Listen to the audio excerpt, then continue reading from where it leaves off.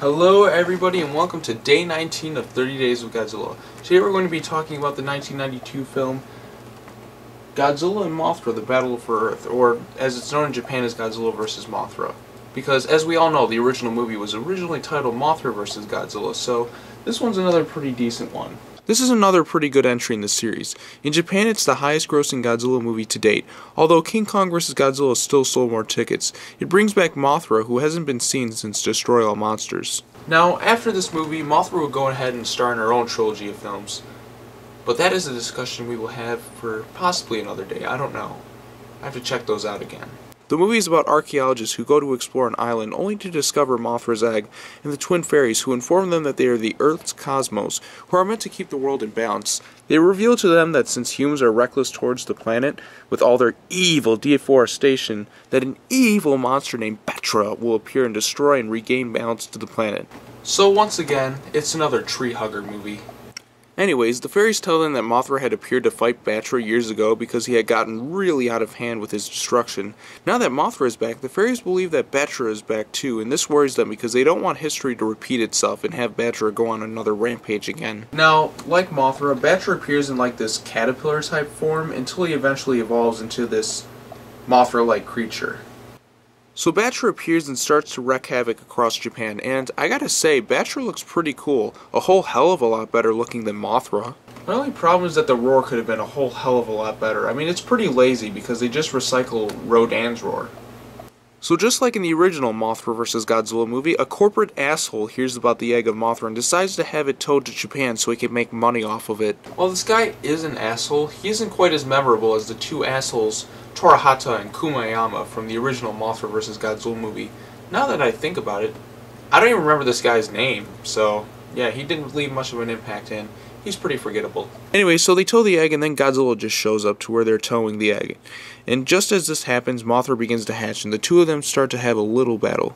But as we all know, in the caterpillar form, Mothra honestly has no chance against Godzilla unless she has a defective strategy or she has a lot of places to hide, but she doesn't here.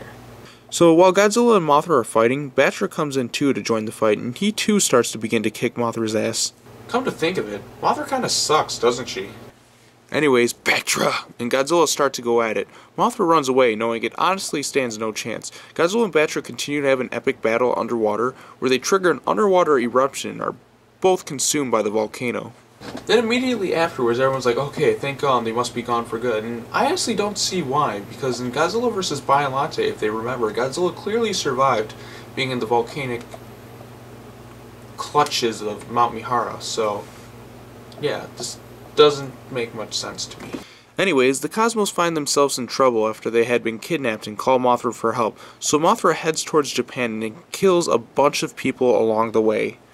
Oh, but Mothra is a good monster who we should root for. She doesn't mean it, she's just helping her twin fairies by, killing innocent children and families and that, who honestly have no reason to do such evil tasks.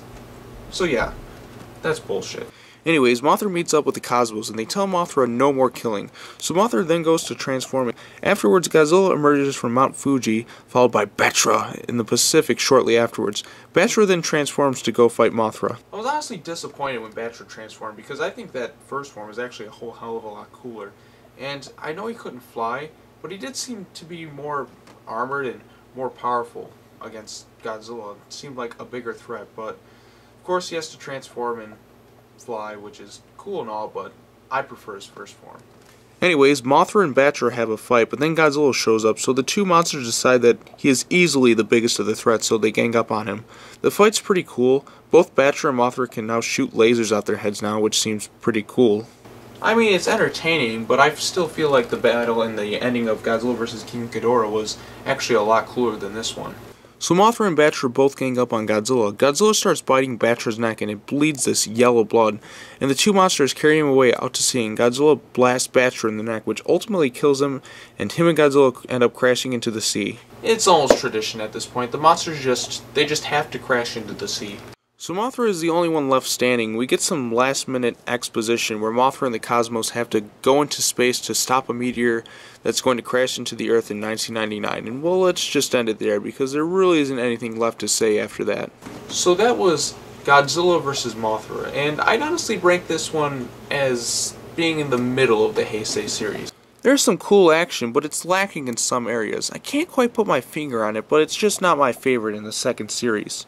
Anyways, tomorrow we're going to be taking a look at the 20th entry in the Godzilla series. I know, we're already at 20. I can't believe it. Time flies by fast when you're having fun, as they always say. Thank you all for watching, and I'll see you soon. Sayonara.